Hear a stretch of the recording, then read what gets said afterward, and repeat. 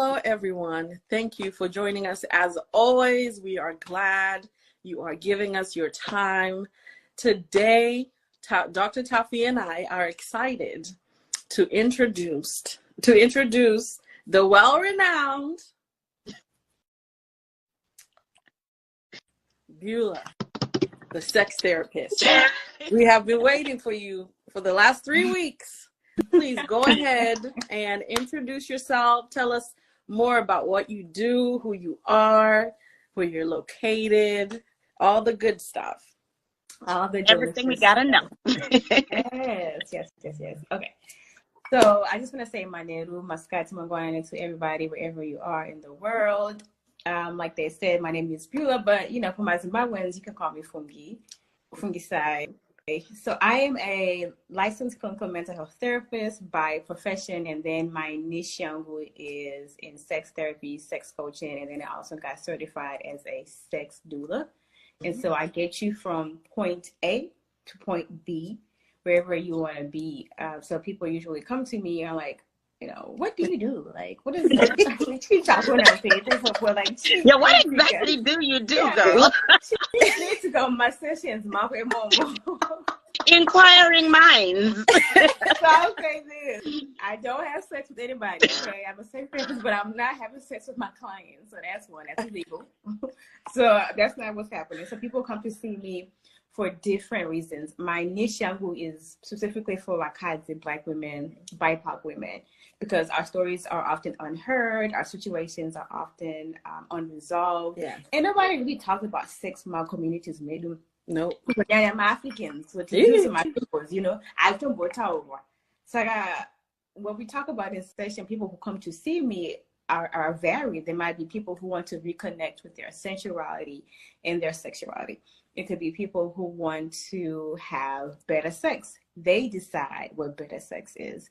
It could be people who have had a baby and they've been disconnected and stuck in the mother role, the wife role. And so now they're like, you know, I want to get in touch with myself. Or people who want to feel more sensual and more sexy. So it varies because I'm a holistic practitioner. So I look at your whole self, your mind, your body, and I also look at your soul, baby, to see what you. So, you know, when people say sensual, yes, naturally, sensual doesn't necessarily mean, okay, what would be your definition of sensual? Help us there. Okay, so yeah, well, when you hear sensual, what do you think? What usually comes to mind? I just feel like you're in touch with your feminine side, you're soft, you're gentle, you're like a flower, you're just, you know, you're sexy, but it doesn't necessarily mean that you're having sex. It just means, you know, you're just you know, just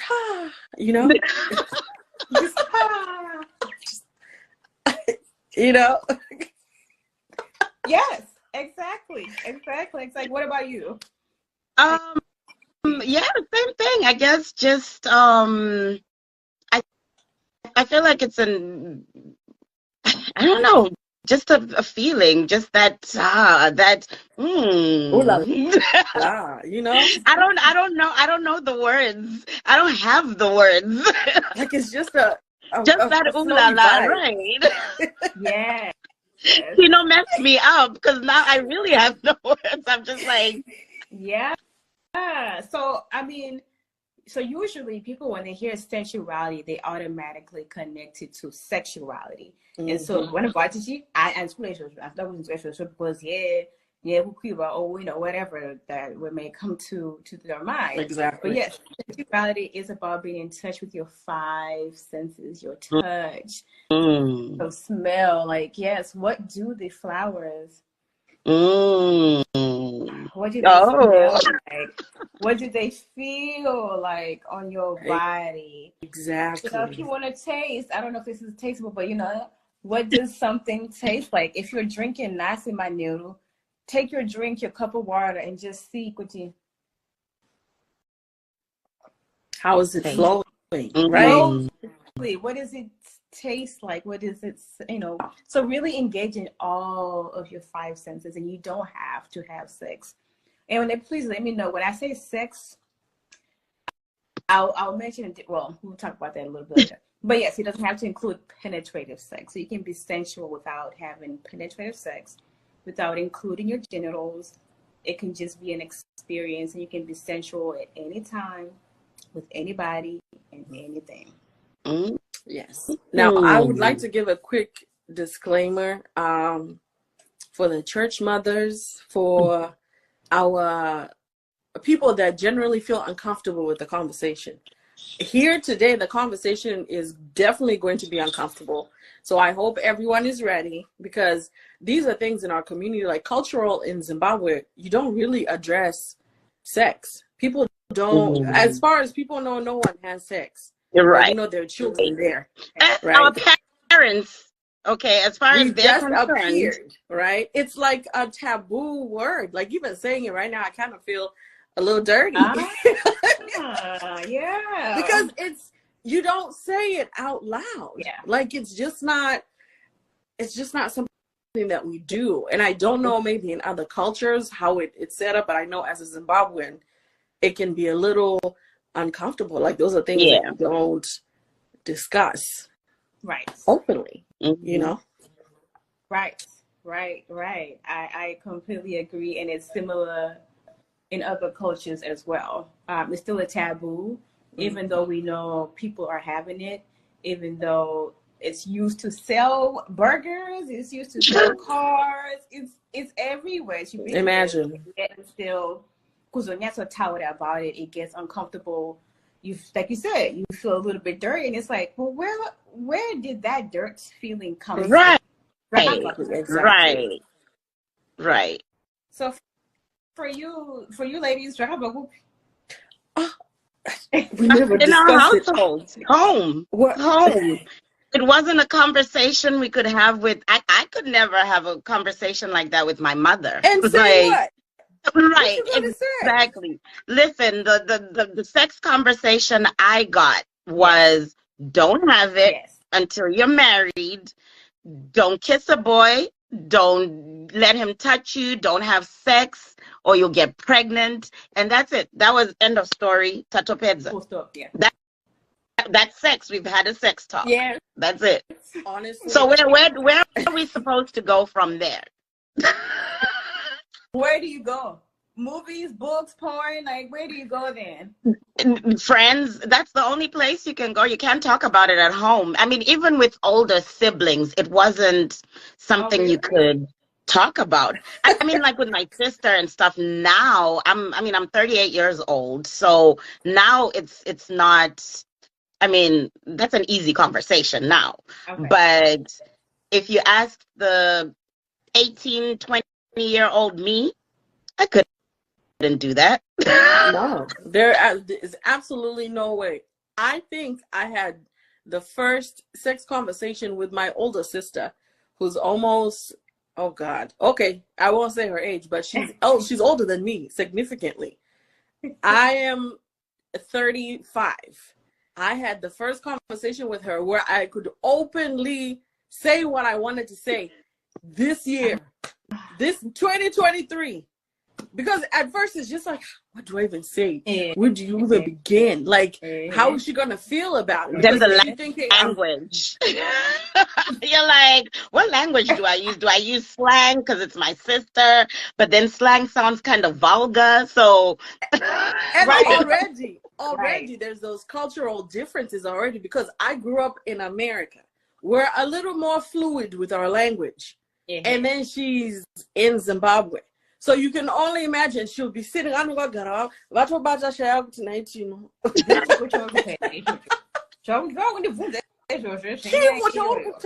What is this? You know? That's the type of, but you know, she was very, it's like when you're talking to your bestie, that's the type of conversation we had, because she is my bestie. So we're just kind of like, you know what? At some point you have to have those conversations, because there are things that I'm going to need to know. I might as well find out from you than sometimes coming to someone else who has had wild experiences. Even at the age that we're at, there's some things we still need to learn. Oh, yeah. A lot, learning actually. Never ends. Yeah. I'm in this field, and every day I'm like, oh, I didn't know that. I didn't know that. Oh, you could do this. You could do that. Exactly. Right. I am. But before we get into that, before we get into all of that, right?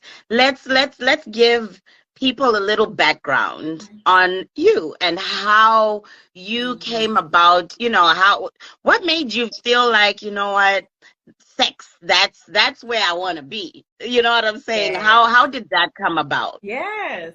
Thank you for asking that. So when I turned 30, I was dissatisfied with my life at this point in time. I had been a good girl, had followed all the rules, and I got my master's, 2 bachelor's degree, was not pregnant, like, all of that good stuff. But I was still not happy. And so I'm like, well, what gives? And I realized that I was not free. I didn't feel free. And so I was like, I want to be free in all areas of my life, finances, sensually, sexually. Like, I just want to be free and just have a better time in my 30s as a woman, because they're saying, the 30s is popping. And so I was like, I really want to have a better time in my 30s. And so that's when the sexual healing and awakening journey began for me.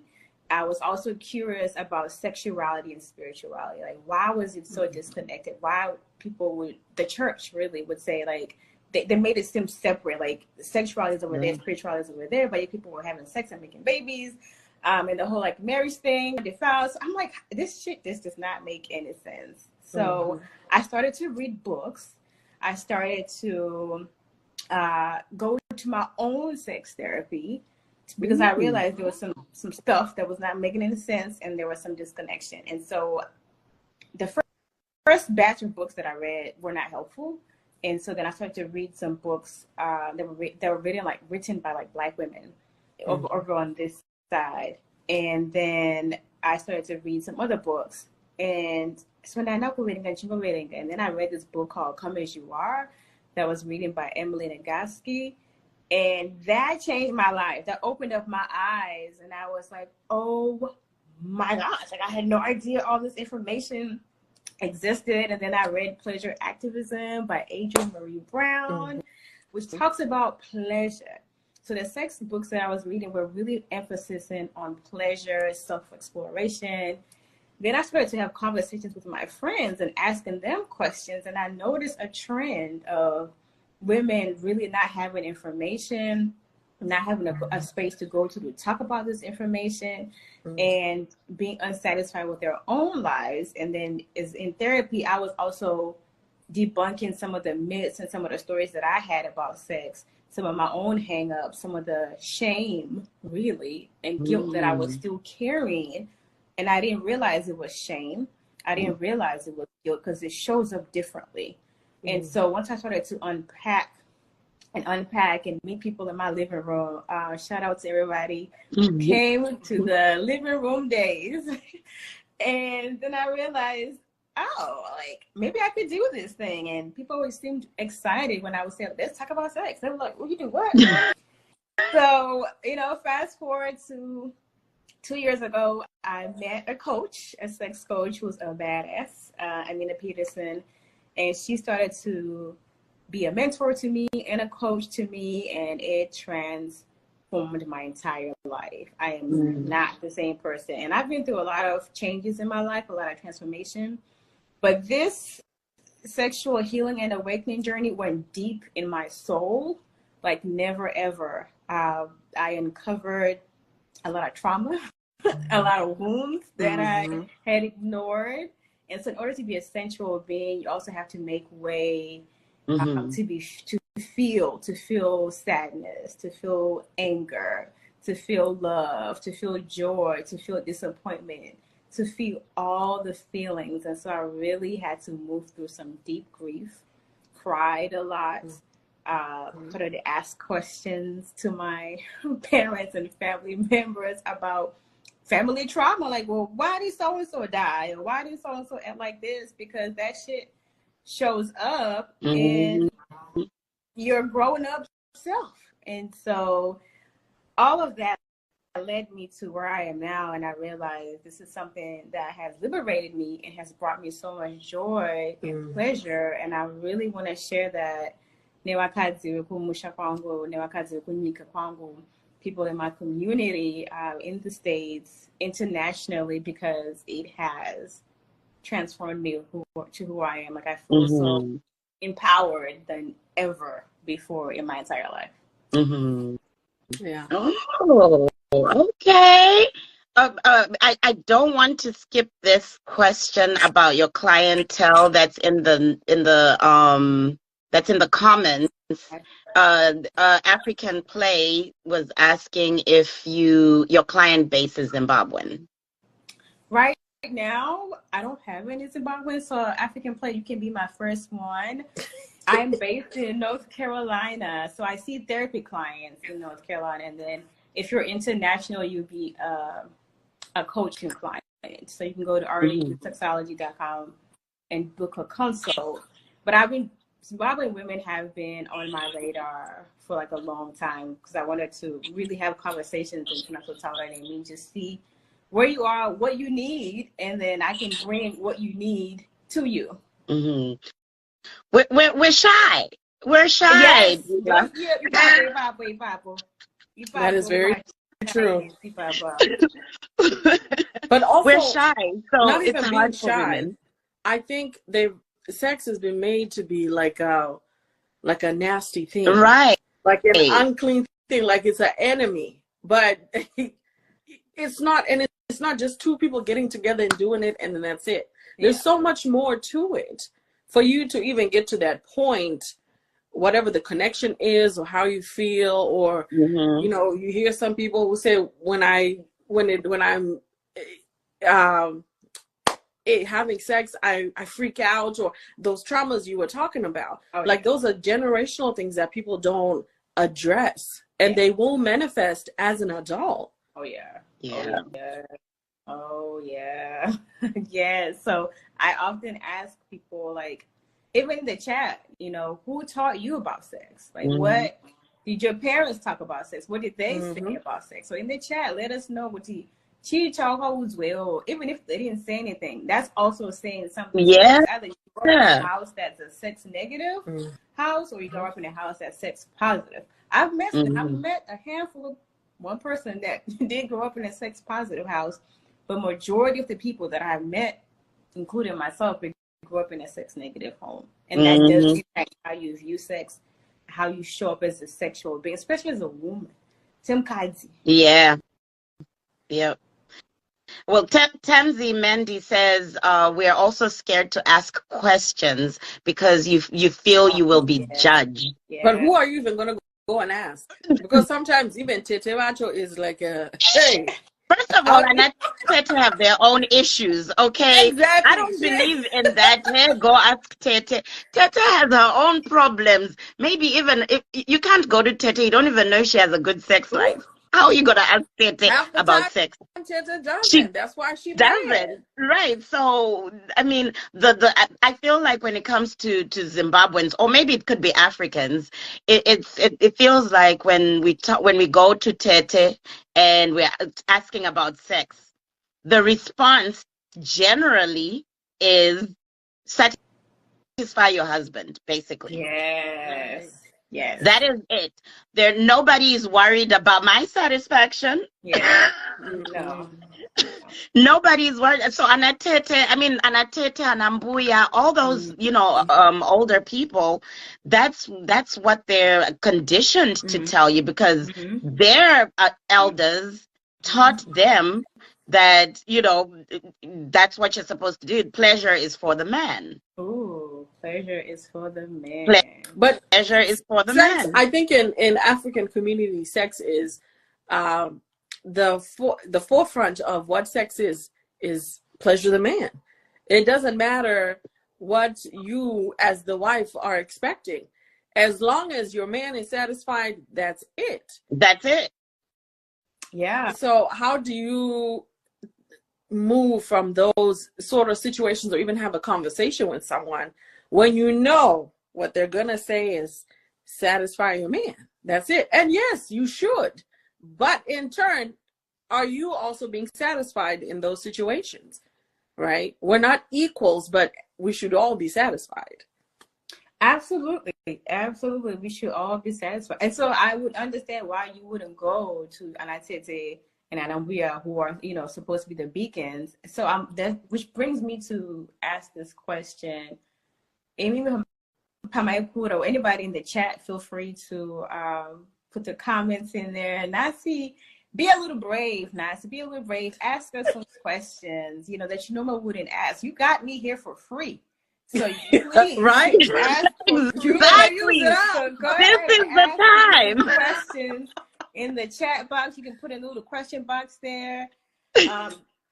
What cultural practices do y'all remember hearing about? I have one in mind that I'm gonna bring up. But what cultural practices do you have that you remember hearing that maybe your sisters went through or you went through to kind of usher you into your sensual or sexual being growing up? I don't know, honestly. Tia said the way I was raised, it was having sex and not married, you're a sinner, and there's no need to talk about it if you're not married, which is crazy to me because I still need to be educated, which is very true. You still need to learn. Exactly. So do I have to wait till I'm married to learn, or like what's up? Yes, that is the thing. Like once you get married, it's a light bulb. Whoop, you're a freak and you know it all. You know what to do. You know how to show, you know how to move. You know what? It's unfortunate in this area of life, our parents really did let us down because it would have, I feel like we would have avoided a lot of pain and we wouldn't have picked up as many traumas had we actually learned. Oh, because yeah. Sex is a powerful thing. And a lot of times, a lot of people, our generation, millennials, we misused it.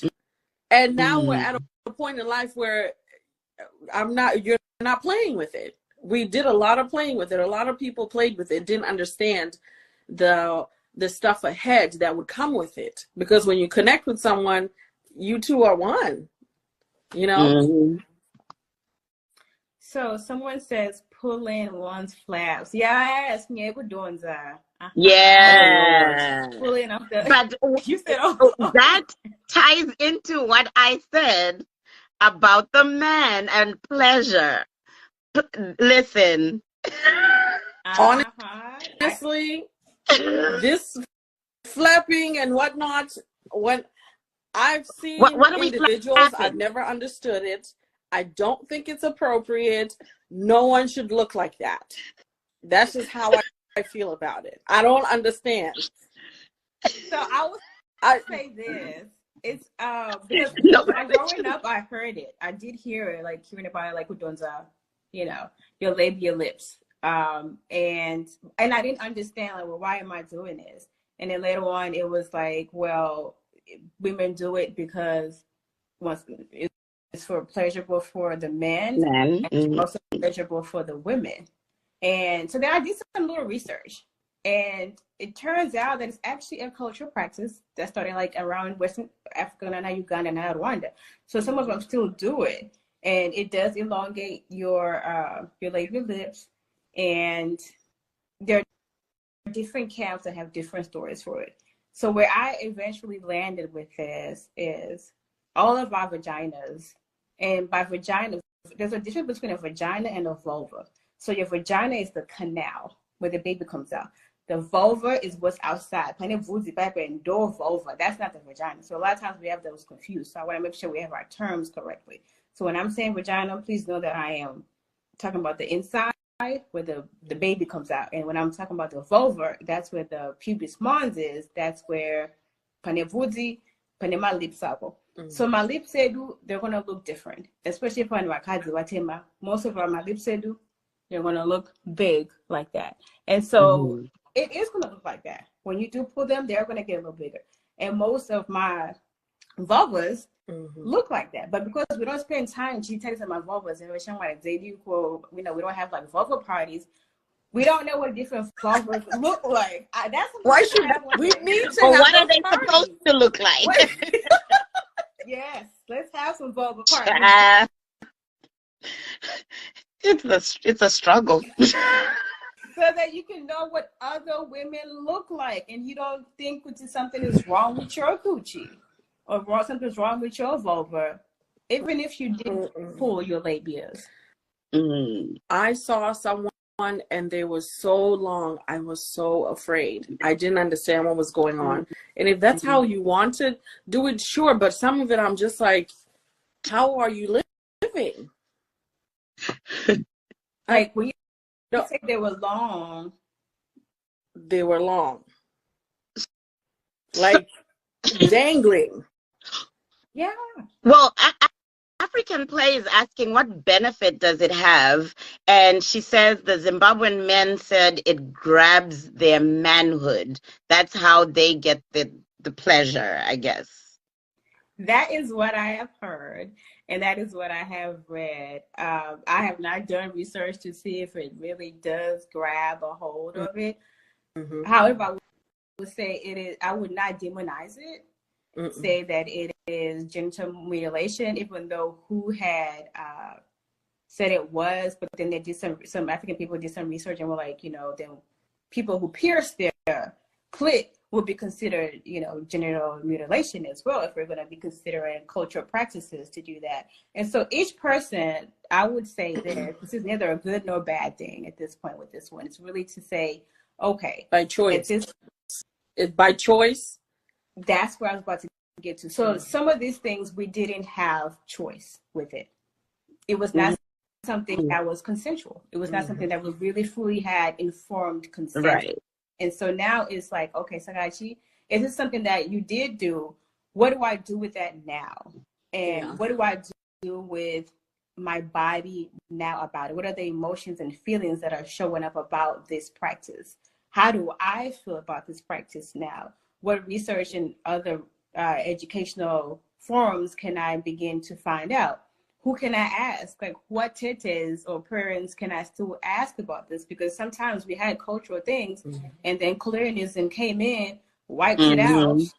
And 2 generations later is, you know, it's what I should tell about it, but the actual intention of it, I suggest people. And so, but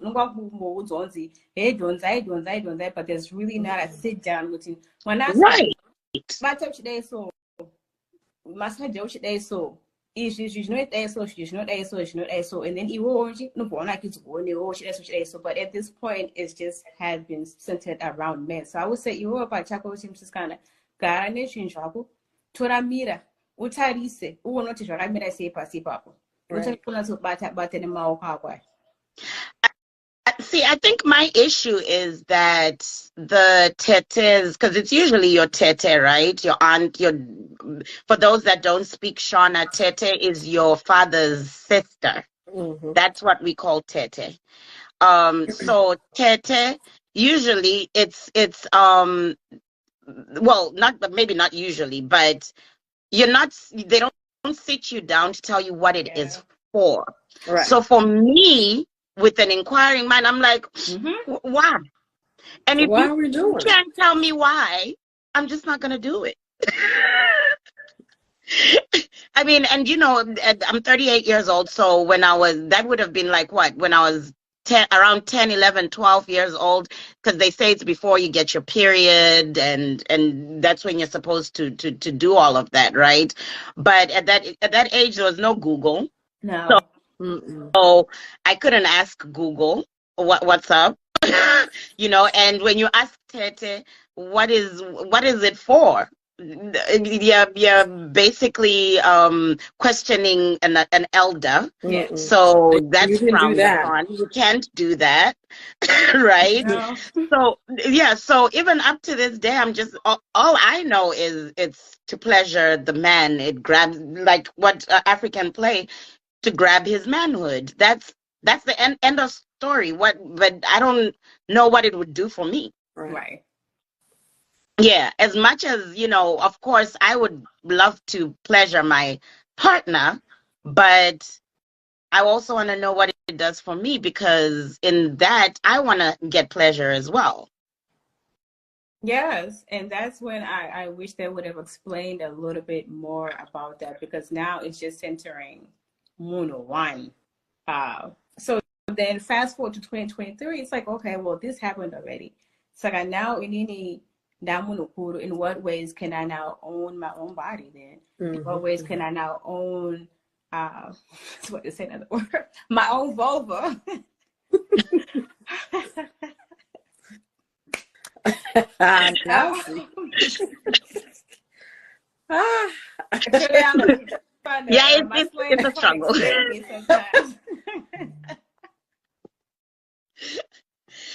African Place says that some women are being brought back. Hansi, choice is not an option. Hansi mukadzi anodzoswa kumba in some marriages in 2023 when they don't have the elongated labia. So what?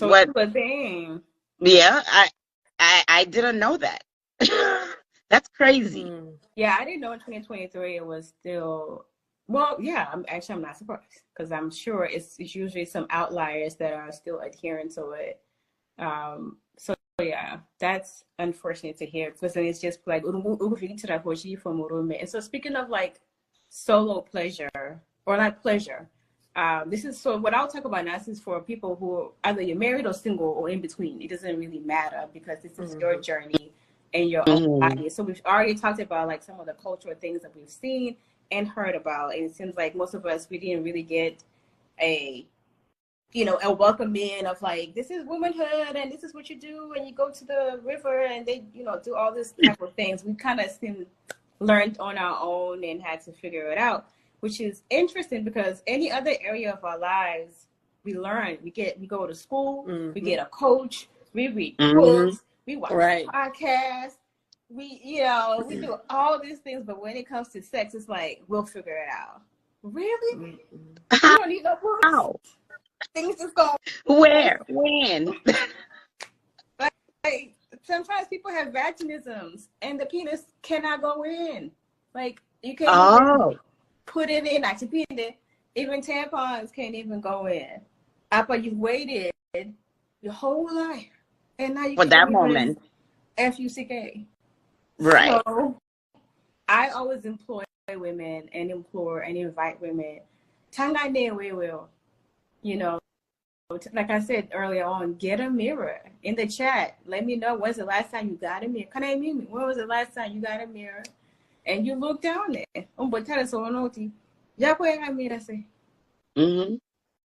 How often have you done that? I know I wasn't doing it often. It was something that I was not. It's not something I was doing. It's like, that ain't my job. I'm not down there. I want to see what the other person is seeing. So you were on it. You were like, I don't want to teach out going on.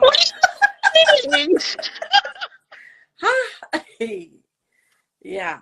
But listen, okay, I want to know, okay, how do you know you're having bad sex? You mentioned it when we started. You mentioned, having bad sex. How does one person know they're having bad sex? If they've never had great sex, how do you know this is bad? How do you know it gets better? So that is so subjective to what bad sex is. So before you even know, quote unquote, what bad sex is, do you know what you like? Because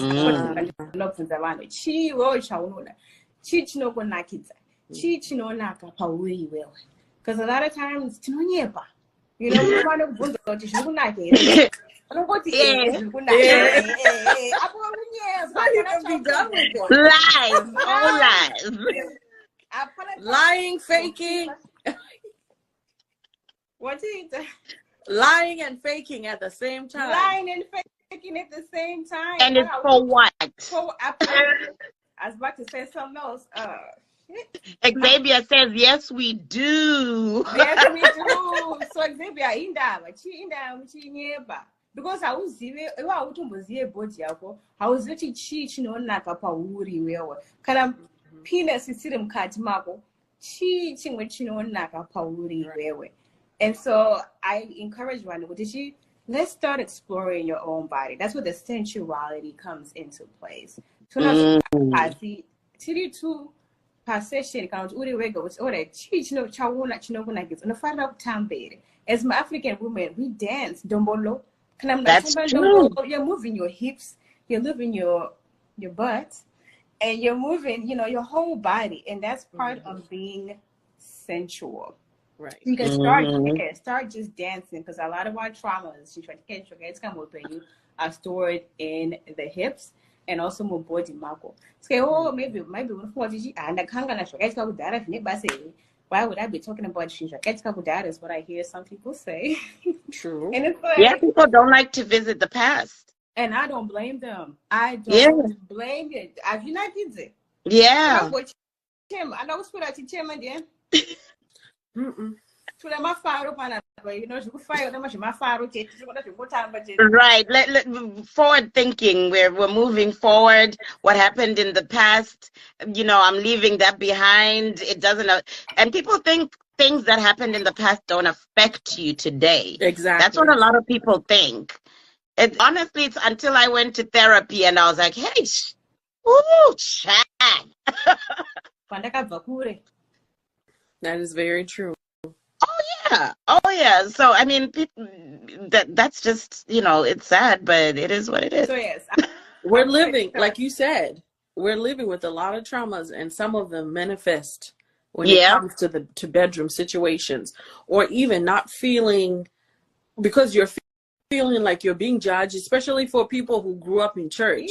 There was absolutely no way. There is no way, because the connection between sex and just in church, there's such a divide. If you start having conversations with people early on, a lot of things might have been avoided, you know? And now that as we're growing up and you're learning with this is good for me, this is not good for me, and you can make a choice. Yeah, it's not just you just come here, you do it, and you go. It's just the 2 minutes of pleasure, and that's it, you know? And that's not how it should be. So it's interesting that you bring up the church, because I'm actually hosting, right in North Carolina, I'm hosting an event called Freak Like Me, Healing for the Church Girl. So we'll explore how the church has impacted your identity and also your sexual theology. I like that. Are you streaming? Because you can't just invite everybody who's here and we can't watch. No, so because of the sacredness of it, we're not streaming. We want people to feel comfortable. So this time around, we're not streaming. It's going to be intimate and very, very sacred. A time for women to be free and share openly and honestly about my experiences, our niche, and how we impacted, you know, sexuality, our sexual theology. Xavier said, how do we know the trauma has manifested in the bedroom? What are some examples of it? Oh, Xavier, that is a good question. So some examples, obviously this is not an exhaustive list, but it can be I'm reading. DJ Mama said, oh my God. I don't even know what that means. What's that mean? I don't know. Pamberi Nenyoro. That's what he said. What does Nenyoro mean? Oh, unprotected sex. It means unprotected sex. Thank you, Taffy, for cleaning it up for me. I know. I had to think about that for a second, because it was that's not that. Yeah, unprotected. Different. Okay, but how it can show up? Maybe you have issues with initiating sex, and you also know my needs are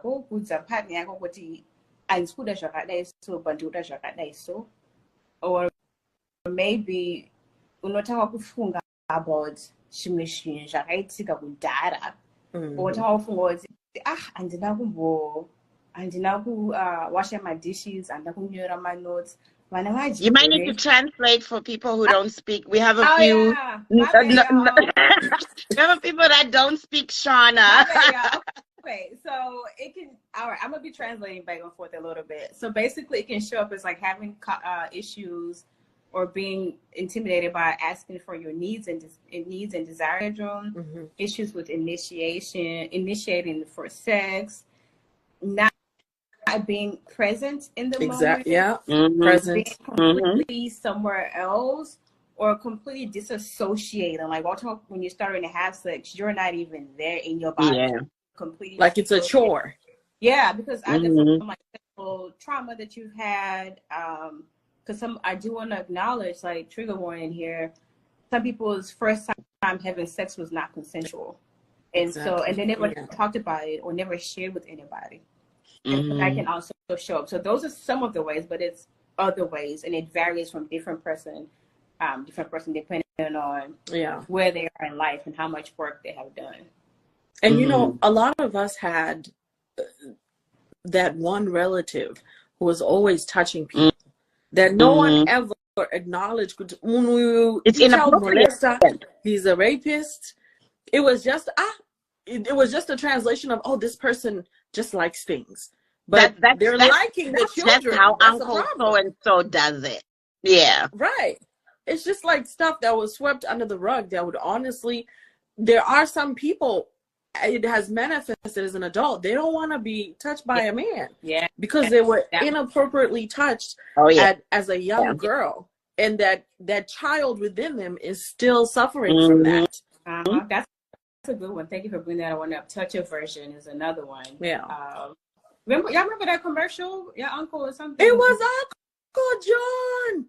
Oh my gosh, yes. That traumatized me. That commercial scared the shit out of me.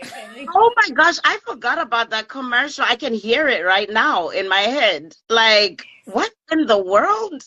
Like, the commercial was nonchalant, but those things were actually happening. In situations. I know, like, some of my cousins, like, they would, if we were somewhere, they would, like, no one tasted to from but so, because it's like, we just can't trust some of these people because their habits are just not, you just end up in a situation that you're not supposed to be in. And a lot of our culture, even just anywhere, honestly, anywhere in the world, they hide that. That one relative that's touching everyone inappropriately. Yes, for sure. They do, and they have. So we have another question in here. Everybody's got questions today. I love this. Our Gwande says, so how do you start exploring your own body? Do you just buy toys and start exploring? Yes, that's one way that you can do. And also, like I said before, you start off with the simple things, dancing. Like, for me, that's one of my favorite things to do, is put on a good Ndobolo song, or whoever, Amara Brown, whoever you like, and just move those hips. And then do things that you show no fight, like, what did you like to do as a child? Like, start rediscovering who you really are, and getting in touch with your five senses. Lighting a candle and just sitting still. TV is not on, radio is not on, YouTube is not on, it's silence and this candle. So that's one way. And then earlier on, y'all saw me with the flower. You can explore your body with things that you have in your home. You can smell it. You can put this flower on your body and notice how it feels. Go very slow. Sometimes take your time. Stop rushing. Stop rushing. Take your time. Your hands, baby, your hands are free. You can use these hands as well. Polish our lotion in the morning. How do you put on lotion? How y'all put on lotion in the morning? How much time are y'all spending? I spend a lot of time. Listen, my friends. Taffy's in there for an hour. My friends, listen, watch the comments. Everybody who knows me, who's in the comments right now, they're about to say something about me lotioning right now. Listen, I take my time. I lotion every part of my body, my back, my thighs, everything. I do not walk out of that bathroom without each part of my body lotioned. What about you, dog? Listen, I do not spend as much time as Taffy does. I give it if I give it 15 minutes, I've done a great job. I've hit every spot. Because I don't even know how, she spends a lot of time. Dr. Taffy is in there moisturizing her earlobes. Ain't nobody got time for that. I got to go. I love to hear that. Listen, my sister says Taffy doesn't miss a spot when lotioning. My friend says hours to just lotion, please. See, I told you, I take a long time. And then my other sister says, even at night, when going to bed, she takes forever. Fuck. I told you. At night, when I take a shower at night, I don't lotion. I'll be honest, I don't lotion my body because I don't want the grease in the bed and whatnot. But sometimes, I don't know, if I'm feeling a little dry, then I will. But for the most part, okay. Well, now you're about to lotion yourself because we're going to we're exploring the sensual side of yourself. So, Tino, I need you to start with that lotion and lotion your body slowly, okay? Find the sensual, Tino. I will add an extra 5 minutes. I'll do my best. But 15 is good, Tino. Like 15, that's pretty good. Because usually for me, it should be like 30 minutes, right. And I was in and out. And I didn't even slap her on the and then I would be out. So I was like that too. Okay. I was not taking my time. Y'all, this has been really like 2 years of me really dipping into the sensuality, going from my books from theory to practice. It's been the past 2 years where I've really got into it because I had to move through some deep grief. And I used sensuality and sexuality to move me out of that grief. And I wasn't even partnered. So I was single. So you don't have to have a boyfriend, an F-buddy, a husband. You don't have to have another person to be a sensual, sexual being. Like you can discover who do you wear by yourself, and then you can invite somebody else in when you are well informed about who you are. So yes. This week, for those of us who don't spend hours in the shower lotioning up, start with 5 minutes. You go 5 minutes and just take your time. Pisa lotion pamazamu, pamagaro, thighs, makumbo. You say very gentle. Sing the way that you would want your lover, partner, whomever to touch you. Start touching yourself. First. So someone, I think it's Edna, who said, would love from guys input on sex toys. However, the conversation around masturbation, I would advise not to introduce sex toys until one is aware of their bodies. So what do you feel about sex toys and, I guess, masturbation? Ooh, yeah. So once again, it goes back to you. What are your comfortable levels with your own body and with sex toys? Do you feel like you're ready? And what do you consider sex toys? Because there could be a sex toy. Like this could be a sex toy. I don't have to insert this. This is a roller, but I can use it in my masturbation. What do you consider masturbation? For me, masturbation goes beyond your genitals. Masturbation is a way of connecting with your body that can include your genitals, but doesn't have to include your genitals. So my practice and my work expands above the common things and what we usually and typically go to, which is usually narrow-minded. I expand you. So masturbation can include your genitals, and it also cannot include your genitals. And there are different types of toys. Now, toys, that is not my strong suit. I have people and friends that are more educated in that. So my knowledge is an informed knowledge. So meaning I have some knowledge, but I'm not like the sex toy expert. So everything really goes back to you being truthful and honest with yourself with where you are. So absolutely, you can start with sex toys. You don't have to insert them. You can just, if you have a vibrator, you can just use it around your body. Just feeling that vibration, just noticing, how does it feel all over your body? And just seeing like, okay, I like that vibration, playing with the different sounds, playing with the different, what do you call it? Not temperature, but the different levels. There we go. The different levels of it before you insert. So yeah, there are definite levels to this that I would, especially if you've never tried toys before, then we would definitely level you up. I would introduce you to them. We would go to the store together if you're comfortable. We'll look around, have somebody, you know, who works at the store help you to choose some toys that are, you know, easy to start off with. And then if you're more experienced, then, you know, you still want to take your time. So 1, know yourself, be honest about it. 2, sex toys can look very different. And 3, trust yourself and where you are. You don't have to rush. You don't have to rush. You got time.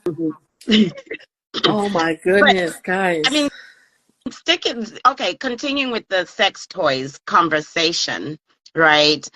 What do you think, or what's your opinion when it comes to bringing sex toys into your bedroom with your partner, right? Because and what sex toy do you think would be comfortable for the other man? Because, I mean, if I'm walking in there with, you know, my 12-inch, you know what I'm saying?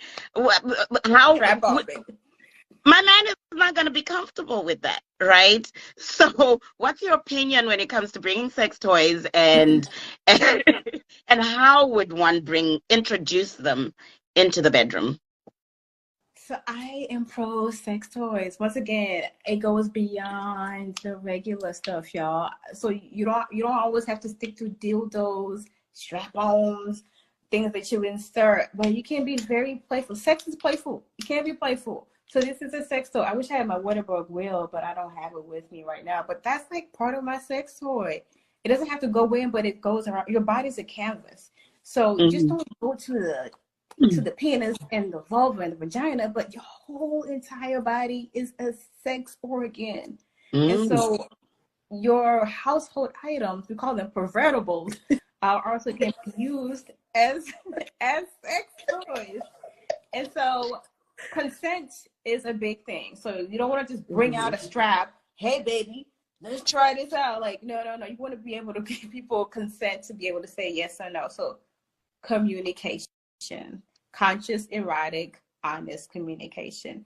Asking a baby, well, what are your thoughts on sex toys? What do you think? What do you want our sex life to look like? What do you want to experience in the bed? What type of experiences do you want to have? What type of feelings do you want to feel, or sensations you want to experience while we're having penetrative sex? Because once again, sex goes beyond penetration. Right. Wow. Flawless Tracks here says, sorry, Tino. No, go ahead. Tracks says, only men intimidated by sex toys are men that don't know how to please a woman.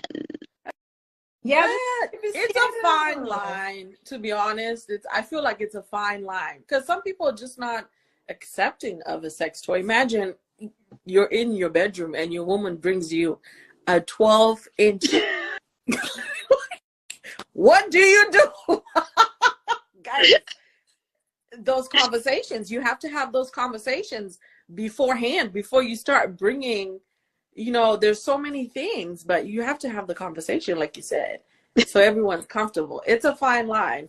I don't think it's necessarily intimidation, because even sometimes I have a friend who's really into sex toys. Really, like, she has a bag of sex toys, like a huge bag. And I looked at her one day and I said, Miss Ma'am, with all these things that you have, is a man still able to satisfy you? She said no. When they are done, she has to go and finish off, because that's how invested she is in her sex toys. And it's a fine line. Those conversations, whether someone is comfortable, you know, some people would be offended if you went off and finished by yourself, and some people would be like, yeah, that's your vibe, you know. So it's a fine line. But guys, these conversations, it's 8:30. Oh yeah. I feel like we need a part 2. Yes. Please. Yes. We need a part 2. We will, because there's no way that we're not even halfway into what we want to discuss. No, we have a lot more topics to discuss. We're not halfway in, and I'm like, we will live here all night. So please, I beg of you, can we have a part 2? Even we might need part whenever. 2, part 3, part 4. Let's just, let's just make this a whole series at this point. When are we doing We'll this give again, you. Beuallah? That's honestly, we need. There's no way. When are you? We are gonna talk on And it has to be ASAP. next week, the following week. Let's do it as a series. We're I think Let's not I'm give looking her at our pressure. calendar. I think we're open next week. Let's not give her pressure right now. Yeah. Get back to us with her I schedule. gotta look at my own calendar. We're putting pressure right now. So, but there's so much of it, and we usually like to keep, our talks, our interviews a certain time, because people always have to go, and we want everyone to get everything that you're saying. We don't want to rush you. So we need a part 2, and if we need a part 3, we are begging. And the way we appreciate you giving us your time, we are beyond appreciative of this time. Oh, absolutely. We have to cut this short, and we need a part 2. There's no way, because I'm telling you right now, my wheels are going. We just got so many questions. Right. We just got to masturbation and sex toys. We have so many things. We haven't even gotten to the other parts. So what do we do? I know. We gotta stay on track next time. So part 2 after my event. So my event is November 11th. So probably during everybody's eating some turkey. That's fine. Hey, everybody will be home. Exactly. That's when people will be home relaxing. So it's perfect. Around that it's time, perfect. I'll text you. But I did want to say about before we leave, I did want to touch on the masturbation and the toys and the satisfaction, because I do want to clear some things. I don't want to blame the toys for the lack of satisfaction. That's when it goes back to individual people, what it is that they like, what it is that they're looking for. Because sometimes there's a vision and impression of sex that we have that is not our own. It's something that we either think or feel like we have to show up in a certain way. So sex toys only enhance. They're not replacing anybody. They're not taking the place of anybody. They're not doing any of that. They're just only an enhancement that you can add on. And yes, you don't pull out a 12-inch trap. You do have to have a conversation with that person, especially if you're partnered, and discuss interests, desires, realizing if you're actually sexually compatible, and how to negotiate sex. So a lot of times we don't know how to negotiate sex. So like I said, sex toys are just an additive of what we can use in our sexual repertoire, and it's not limited to things that we use for our genitals. And so I would have some questions for you, friend, honestly, some follow-up questions about that, other than just saying, oh, it's a sex toy that's causing her to be unsatisfied. Maybe she's not enjoying the sex that she's having with a partner. And then that's like another conversation of like, well, what would make sex more enjoyable for you? Maybe she needs to come on the part 2. Yeah. Oh, she does. Yeah. I'm going to suggest it. Jump on here and have the conversation and understand more of what's happening with you. Because she has a whole bag. I'm not just saying, a small bag. She has a whole bag of so many things. So what's going on? Do you really like these things, or are they there as something else? Like you said, maybe it's the person's not compatible to her. Maybe she's just not. I don't know, because we all have bags of stuff, so that's just something that so I don't want to yuck her young, because there's nothing wrong with sex toys. It's not a good or bad when it comes to sex toys. It's a preference, and in this space, I encourage people to make choices from a grounded space, a soulful place, and a place of pleasure. And so anything that brings you pleasure is not causing harm to you or somebody else, I welcome it. So your bag of sex toys, let's have fun with it. Like, let's even expand on that. Like, bring your bag of sex toys. Right. Like I said, that looks differently for different people in each person. That is true. I think Flawless Text was commenting on. He says it's not consent if it's a surprise. I guess. No, You're not right. considered. That's what Tino was saying, that you got to have a conversation before bringing the toys into the bedroom, because you can't just, surprise Hey, somebody I got with the something 12 new. inch something in there, and you can't do Wait, that. were you the one that brought a 12-inch strap on? Not me. Oh.